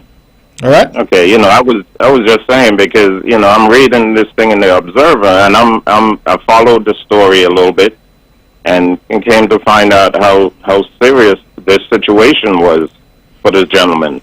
And if the judge is going to make a decision, then and what's going on in Nevis that this guy is still not compensating this man for the damages that was done to him. Yeah. Well, as I said, nothing is going on in Nevis except that lawyers must do their job. Okay. All right. I hope he's listening, so make some follow-ups on it. All right. Okay. All right. Thank you. Thank you very much. It's 20 minutes to the hour of 10 o'clock. We're taking your calls. Let's go back to the phones. Good evening. You're on the mark. Hello. Hello. Good evening, Premier. Yes. Good evening to you.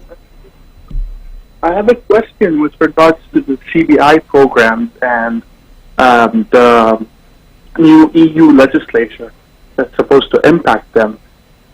What's your opinion on it? The EU has not passed any legislation. So let me make that very clear. What has happened is that one organ within the European Union has come out with a position which is hostile to CBI programs, both within Europe and elsewhere. That is the extent of what has happened. So there is no legislation. There has been no position taken legislatively by the European Union. And in fact, we have not even had any communication diplomatically from the European Union on this matter. So it seems that some persons have taken that and have really escalated it, if you will, to put that to a level that it has not yet reached. Now, we do not know what this means in terms of whether or not the EU itself, through its legislative arm, will make some effort in that regard, but I did see an interview where the person who led this particular approach said that it would be nearly impossible, that was the language they used, to get this passed by the European Union. So it's something that needs to be monitored.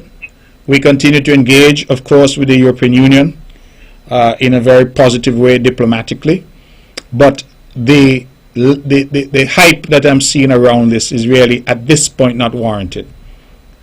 Because nothing has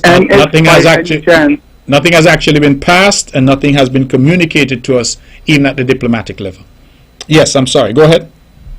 And if by any chance that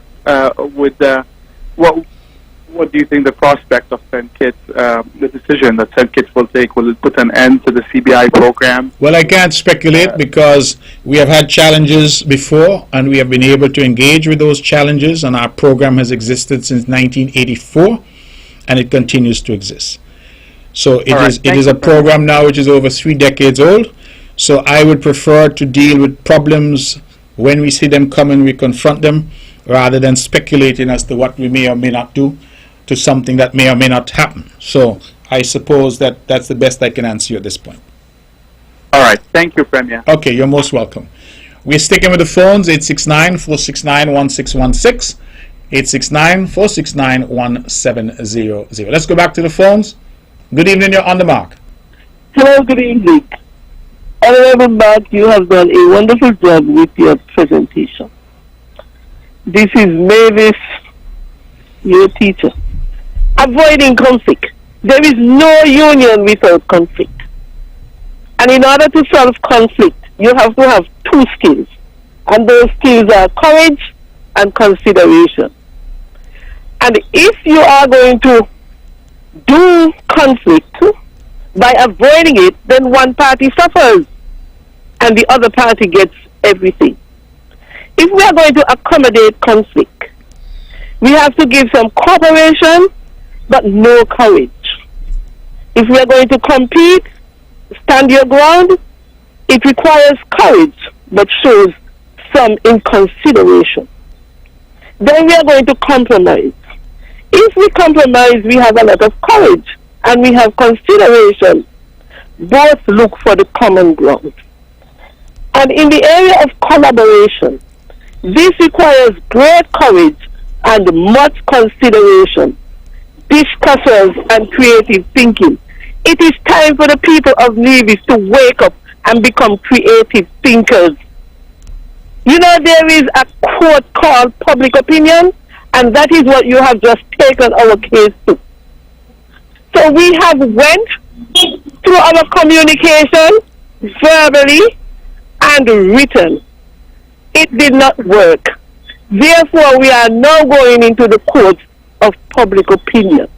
And the people must understand the power of public opinion, because public opinion is made out of persons who agree with the government and who disagree with the government, but they can listen to the arguments of both sides and come to a common good. Now, what is fair share? If Mavis is blind and Mary can see, and both of them need to cross the road to live every day, should both of them get a walking cane and that will be fair? No. Mary can look out for the traffic, but Susan has to get that cane, and that is fair share. So fair doesn't mean equal, and we need to come to that point that fair is not equal. And so our fair share is based on population, because St. Kitts and Nevis belong to Nevisians and Kittitians. When they sell their passport, I can't tell them not to come to Nevis to live. So therefore, when they make money from it, fair share for us. Thank you. Thank you very much. I can't put anything on or anything off, because as the old people say, you talk with all. And that, to my mind, is the clearest explanation, better than I have ever attempted to explain it, in terms of what it is we are saying. That's it, simple. And that is what we agreed. So suddenly it seemed that the idea of equity and fairness is offensive to some. And instead we're getting the rhetoric that Nevis must be satisfied You know? You must be satisfied with what you get because you never used to get nothing before. So yes, we are saying it is better, much better than it was before, but it is not the fair share that was promised. I don't understand what is so difficult about that for our people to accept. And what is so difficult about that for our leaders to accept. And to say, listen, yes, this is what was agreed. Let us therefore work it out. I don't need no World Bank to tell me that if $100 million come in, and Nevis got 30% of the population, and Sinkits got 70, and it's a population basis, then Nevis must get 30 million, and Sinkits takes 70. You don't need no rocket science to explain that. And if there are other considerations now where you want to start to talk about, well, this program and that program, well, bring them into the mix, that's fine. But we know how much is being spent, and we know how much is coming in. And that is why each year Sinkits is able to put away hundreds of millions of dollars in the bank, while Nevis up here paying debt. And I'm simply saying that let us, if we are truly to get to a point where we are operating this country on basis of fairness and equity, because that's what unity was about. You think I used to get up every night, go Sinkits to campaign and go up Canary and go in Newtown and go all over to campaign on platform and sheriff coming and all that, so that Nevis would not get its fair share? And if the people who signed off on it were not serious about it, then you can't blame me for that. I am holding people to their word. I am saying to people, you gave your word. You committed your word in writing. You signed to it. Well, my God, if you did all that and you can't now honor that, well, it means that there can be no trust. There can be no trust. So that is a simple point. And if it is that I'm wrong, then call in and tell me that I'm wrong.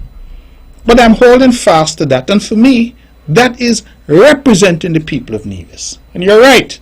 Because ultimately politics is about public opinion. Politics is in the court of public opinion. You have the court of law and you have the court of opinion. And this is where we go, because whenever an election comes, I'm going back to the people and tell them support me. And they need to know that I've stood up for them. They need to know that. And private shoo-shoo in offices behind closed doors, they don't know that. And when you do that and you've done that for years and you can't get any results, then it is time to bring the matter to the public, because ultimately it is the public that votes for us. It is their confidence in us to represent them why we are here. And so I don't resolve from that at all. And if that bothers some, that's a matter for them, because some of them want to have everything in secret so they could then say, this was never raised with me and I don't know nothing about that. Well, sometimes let the public know what's going on and put things in writing so that there's a trail that if necessary you can refer to with the evidence, not just the chatter. Let's go back to the phones. It is 12 minutes to the hour. Good evening, you're on the mark. Someone else there? Callers, if you can be patient with us, 869-469. Let's go back to the phones. Good evening, you're on the mark. Let's go back to the phone. Good evening, you're on the mark. Hello? Good evening. Caller, could you move away from your radio or whatever so we can hear you properly? Yes, good evening. Yes, good evening to you. Fair share means fair share. Plain and simple. If an agreement was made, then you got to stick to it. That's plain and simple. Think it's a news is what? It's been like that forever. So, that's it. Fair share means fair share. Thank you very much for that.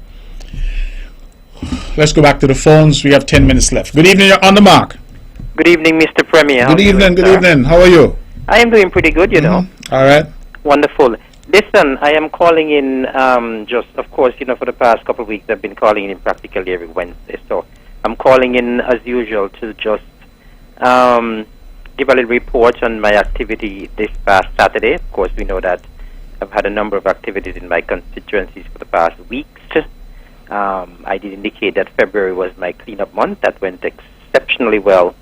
And I would have dubbed this the month of March the fitness and wellness, Get Fit month. And we did a wonderful walk this past Saturday, the 12th of March. And we would have started at Hard Times, and we would have gone on the main road, going across the main road, going up to Zetlands, over the top of Rollins, over to the back of Golden Rock, come back down on the main road and back to hard times. And what a wonderful walk it was. I have to say, the turnout was very good, and everyone who would have gone on the walk would have thoroughly enjoyed it. And, quite a number of persons would have met me after the walk and, saying that they didn't know about it and they wish they knew, because they would have gone. They would have loved to go.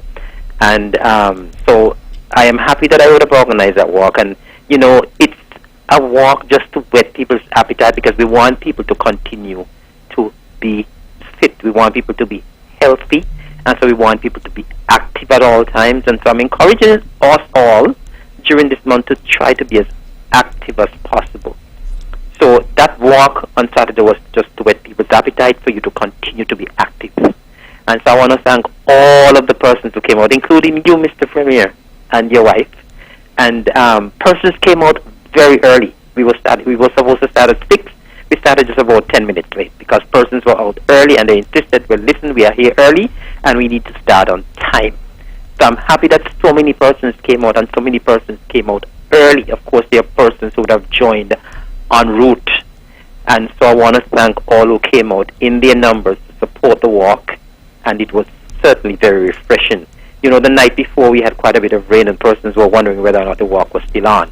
But thank God we had good weather on Saturday morning, and the walk went extremely well. I want to thank all who came, and I want to thank Rhonda Maycock. We did a nice cool down stretch after the walk. You came in way ahead of many people, so you were not there for the stretch.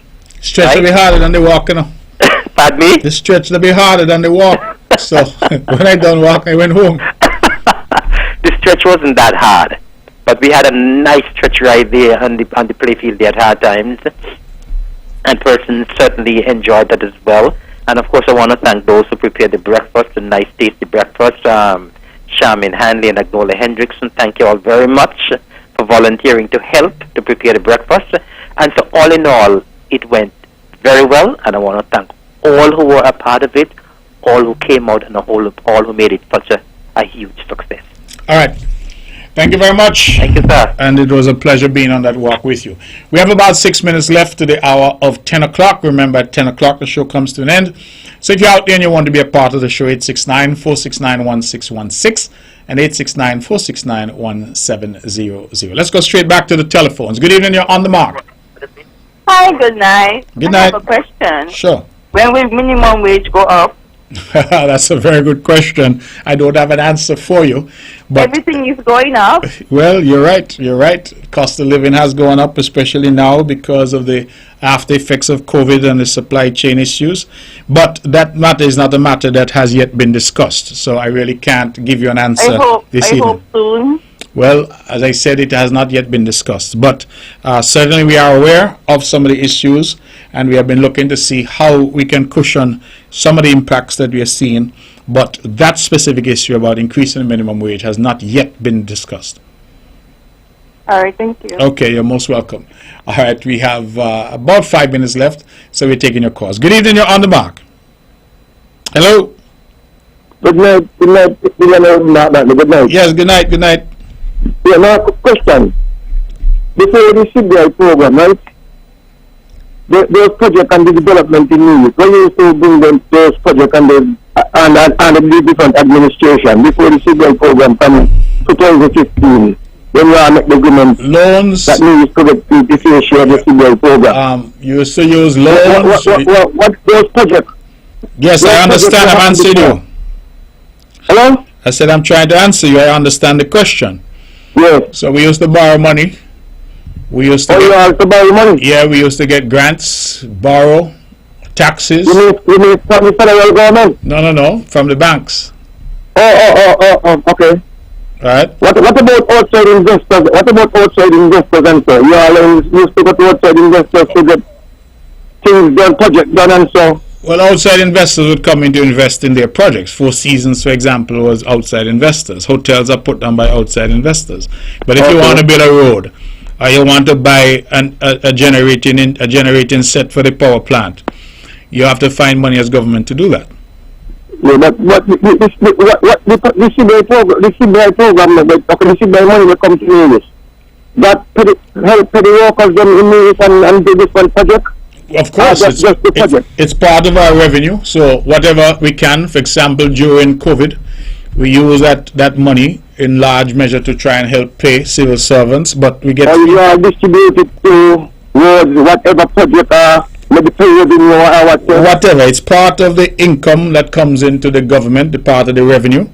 So we use it for a variety of purposes. Them back and forth and this leadership thing, you got me confused, and we say we want unity, and I believe that's the best way the country could have gone. I agree with you. But got a lot of people did negative thing and just trying to expect things that didn't even happen.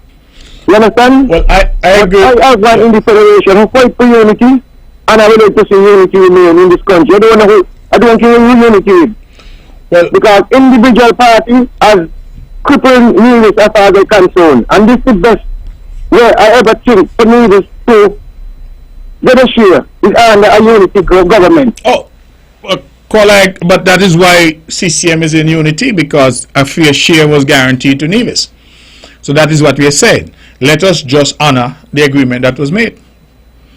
So I believe I agree with you, and I said in my speech that I think if the parties in unity and the leadership in unity are willing to keep their commitments to each other and to the country, unity will last forever. But I'm continue to do what you got to do to people in Nevis, and I will just make this unity live on. All right. Because I believe this is the best thing for the people of Sinclair and the people of Nevis. May God bless you with you. All right. May God bless you as well. I was just saying that, of course, if the parties are prepared to keep their word, keep their commitment, unity will last forever. It's that simple. Unity will last forever. Because I still feel unity is the best idea politically that the country has had. You all remember that before unity, people used to, after the votes are in, you had to hear about, this attack to that and that, having conversation with that. Take 1993, for example.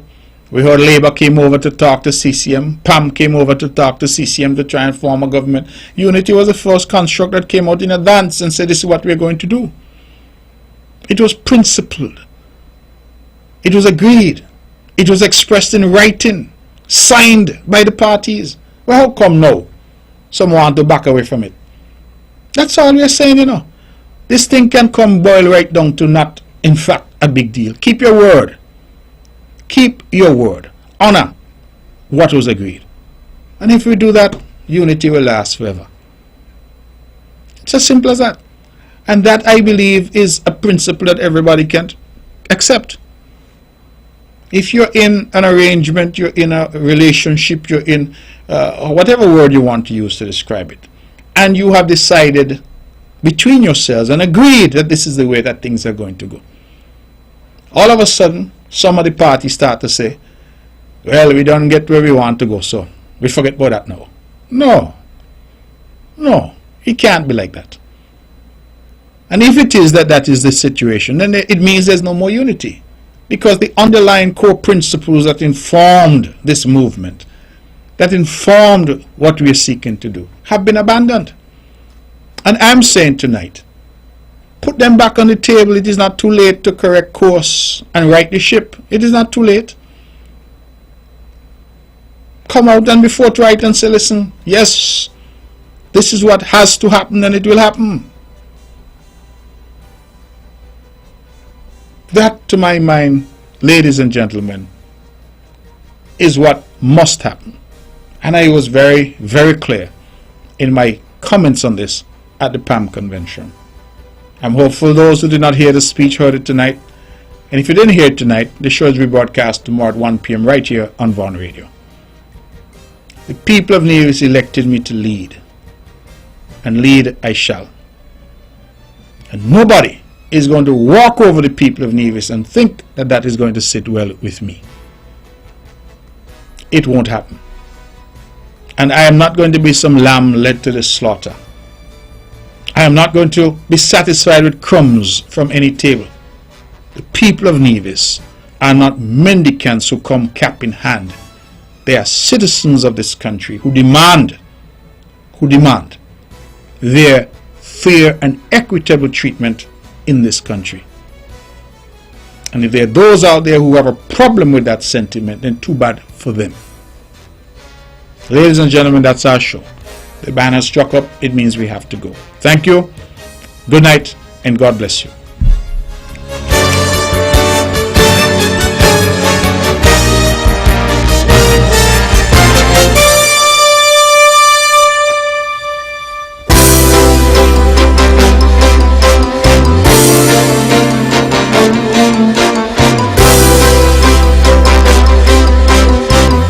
The views and opinions expressed on the preceding program were solely those of the participants and do not necessarily reflect the views of the Nevis Broadcasting Company.